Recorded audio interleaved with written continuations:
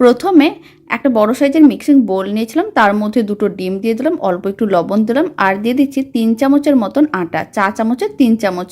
খুব ভালো করে একসঙ্গে মিশিয়ে নিতে হবে। খুব ভালো করে মিশিয়ে নেওয়ার পরে অল্প একটু জল দিয়ে আবারও খুব ভালো করে মিশিয়ে একটা পাতলা ব্যাটার রেডি করতে হবে।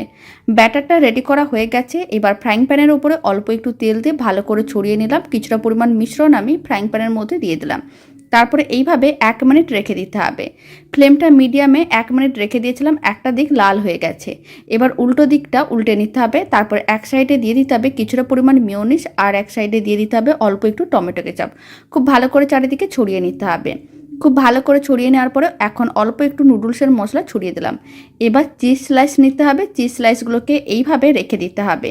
তারপরে ফোল্ড করে নিতে হবে, তাহলে চিজগুলো ভালো করে মেল্ট হয়ে যাবে, এতে খেতে ভালো লাগবে। আপনারা চাইলে মাঝখানে পেঁয়াজও দিতে পারেন। এবার এইভাবে আমি কেটে নিচ্ছি। আপনারা আপনাদের পছন্দ মতন যে কোনো শেপে কেটে নিতে পারেন। দারুণ লাগে খেতে আর খুব কম সময় কম উপকরণ দিয়ে বানানো যায়। আপনারাও বাড়িতে বানিয়ে দেখতে পারেন। আশা করি আপনাদেরও খুবই ভালো লাগবে আর ছোট থেকে বড় যে কেউ খুবই পছন্দ করবে।